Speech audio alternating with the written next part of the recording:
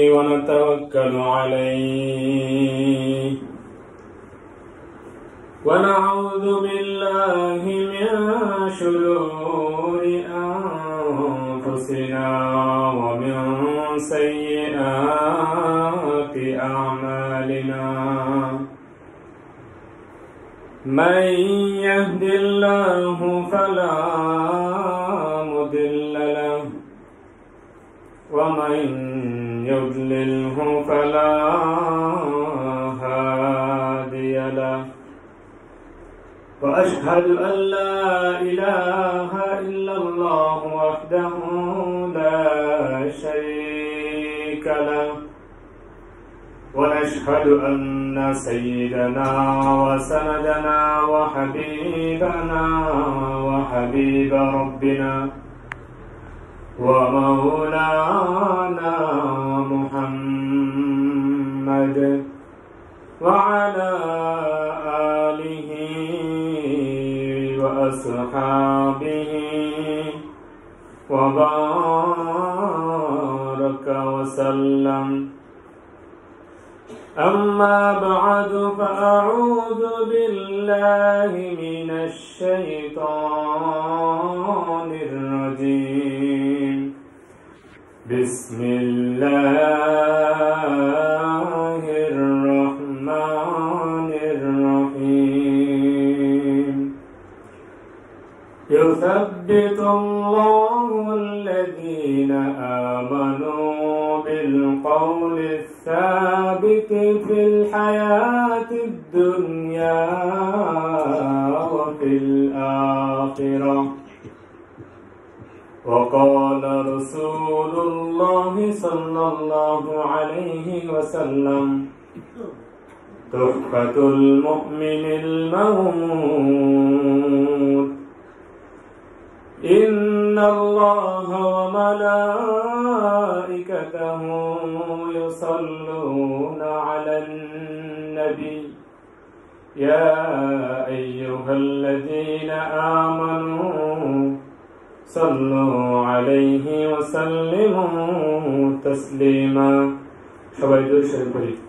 اللهم صل على محمد وعلى آل محمد كما صليت على إبراهيم وعلى آل إبراهيم إنك حميد مجيد. اللهم بارك على محمد وعلى آل محمد كما باركت على إبراهيم وعلى آل إبراهيم إنك حميد مجيد.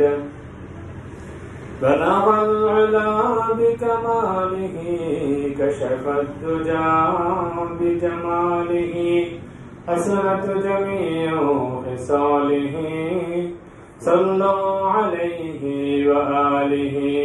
بلغ العلا بكماله كشف الدجى بجماله حسنت جميع خصاله صلوا عليه وآله. আলহামদুলিল্লাহ, মহান আল্লাহ পাক রব্বুল আলামিনের দরবারে লাখো কোটি শুকরিয়া যে মহান আল্লাহ পাক রব্বুল আলামিন আপনাকে আমাকে দুনিয়ার বিভিন্ন কাজ থেকে ফারাক করে আল্লাহর ঘর মসজিদে পবিত্র জুমার নামাজ আদায়ের লক্ষ্যে আসার, বসার এবং কোরআন ও হাদিসের আলোকে কথাবার্তার সুযোগ করে দিয়েছেন। সেজন্য অন্তরের অন্তঃস্থল থেকে শুকরিয়া জ্ঞাপন করি। আলহামদুলিল্লাহ। মহান আল্লাহ পাক রব্বুল আলামিন আমাদেরকে দুনিয়াতে প্রেরণ করেছেন। উদ্দেশ্য হলো, মানুষ সৃষ্টি করার উদ্দেশ্য হলো মানুষ দুনিয়াতে এসে, মানুষ এবং জিন্নাত দুনিয়াতে এসে আল্লাহ তাআলার হুকুম আল্লাহ তাআলার হুকুম আহকাম মেনে চলবে, আল্লাহ তাআলার ইবাদত করবে। আল্লাহ তাআলার দিক নির্দেশনা অনুযায়ী দুনিয়াতে জীবন যাপন করে। এদিকে আল্লাহ তাআলার কোনো লাভ নেই। মানুষ যদি দুনিয়াতে এসে আল্লাহ তাআলার হুকুম আহকাম করে, মানুষেরই লাভ, আল্লাহ তাআলার বিন্দু মাত্র লাভ নেই। এরকম ভাবে মানুষকে আল্লাহ তাআলা জীবন প্রদান করেছেন। মানুষকে আল্লাহ জীবন দেন, মৃত্যু দেন। জীবন দানকারী কে? আল্লাহ তাআলা। মৃত্যু দেন কে? আল্লাহ তাআলা। আল্লাহ পাক রব্বুল আলামিন জীবন এবং মৃত্যু উভয় মানুষকে দান করে থাকেন। আমাদের পৃথিবীতে আমাদের আসার লক্ষ্য ও উদ্দেশ্য আমাদের কি হওয়া উচিত? আমাদেরকে মরতে হবে, মৃত্যুর ভয় অন্তরে রাখতে হবে। দুনিয়াতে কিভাবে চললে, মৃত্যুর ভয় করলে আল্লাহ তাআলার জান্নাত পাওয়া যায়, সেভাবে আমাদের জীবন যাপন করা উচিত, ঠিক না? হযরত যারা ইবনে আজিব রাদিয়াল্লাহু তাআলা আনহু ফরমান, আমি যে আয়াত তেলাওয়াত করেছি, ইযাবিতুল্লাহুল লাযীনা আমানু বিল কওলিস সাবিতি ফিল হায়াতিদ দুনিয়া ওয়া ফিল আখিরাহ। আল্লাহ তাআলা পবিত্র কালামুল্লাহ পাকের মধ্যে ফরমান, যারা ঈমান এনেছে, যারা দুনিয়াতে ঈমান এনেছে, আমি তাদেরকে দুনিয়া এবং আখিরাতে বিল কওলিস সাবিত তথা ঈমানের উপর, দুনিয়া এবং আখিরাতের মধ্যে ঈমানের উপর অটল রাখি। সুবহানাল্লাহ। আল্লাহ তাআলার ইবাদত যারা করে, ঈমানের উপর আল্লাহ তাআলা কি করেন? রাখেন, অটল রাখেন। মৃত্যুর সময় ঈমানের উপর অটল রাখেন, দুনিয়াতেও ঈমানের উপর অটল রাখেন। হযরত যারা ইবনে আজিব রাদিয়াল্লাহু তাআলা আনহু ফরমান, আমরা হুজুর সাল্লাল্লাহু আলাইহি ওয়াসাল্লামকে নিয়ে এক আনসারী দাফন কাফনের উদ্দেশ্যে রওনা করেছি। যারা ইবনে আজিব রাদিয়াল্লাহু তাআলা আনহু বলেন,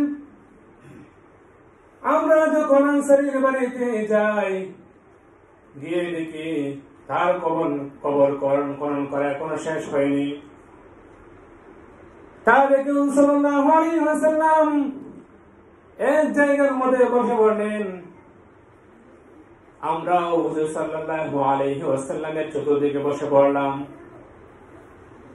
হুজুর সাল্লাল্লাহু আলাইহি ওয়াসাল্লাম বসার পরে কিছুক্ষণ পরে হাতের মধ্যে কাঠের টুকরো ছিল, সেই কাঠের টুকরো দিয়ে মাটি করতেছিলেন। দেখবেন মানুষের মধ্যে এরকম কিছু মানুষ আছে, আমরা আছি, যে অধিক চিন্তামুগ্ধ থাকলে বসে কোন জায়গায় বসে মাটি করি, কোনো কিছু নিয়ে মাটি করি আর চিন্তা করি। হুজুর সাল্লাল্লাহু আলাইহি ওয়াসাল্লাম সেরকম ভাবে কাঠের টুকরো দিয়ে মাটি করতেছিলেন।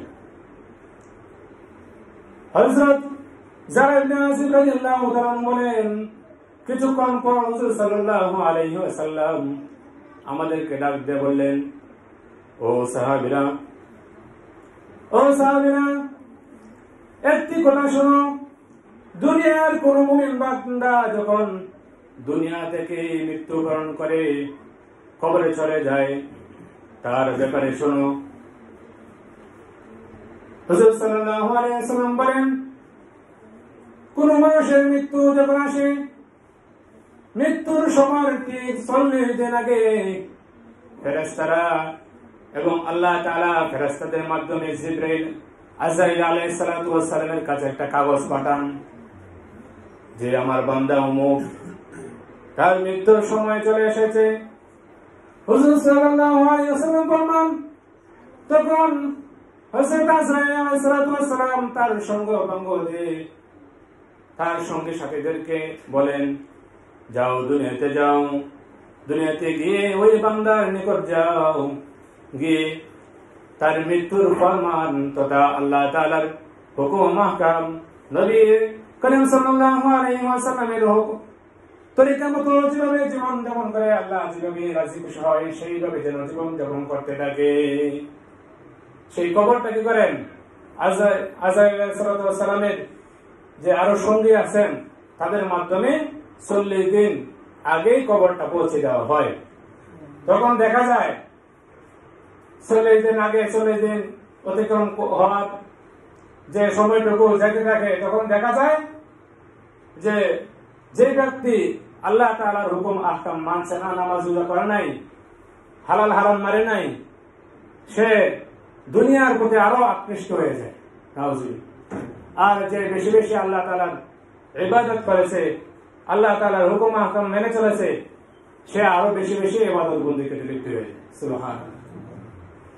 তখন বলেন, যখন মৃত্যুর সময় চলে আসে, হযরত আজরাইল আলাইহিস সালাম মুমিন ব্যক্তিকে জান কবজ করার জন্য 500 ফেরেশতার একটা বহর নিয়ে দুনিয়াতে পদার্পণ করেন। সুবহানাল্লাহ। তাদের হাতের মধ্যে থাকে রাইহান নামক ফুলের তোড়া, তাদের হাতের মধ্যে থাকে সেই ফুলের তোড়ার মধ্যে 20টি রং থাকে, এক একটা রঙের মধ্যে এক একটা সুঘ্রাণ। সুবহানাল্লাহ। আর একজনের হাতে থাকে জান্নাতি রুমাল, জান্নাতের রুমালের মধ্যে মেশকে আম্বরের ঘ্রাণ মিশ্রিত থাকে। তখন মুমিন বান্দার কাছে আসার পরে 500 ফেরেশতারা সকলেই সেই মুমিন বান্দার কাছ থেকে নিয়ে বসে পড়ে, লম্বা লাইন ধরে বসে পড়ার পর হযরত আজরাইল আলাইহিস সালাম মেশকে আম্বর মিশ্রিত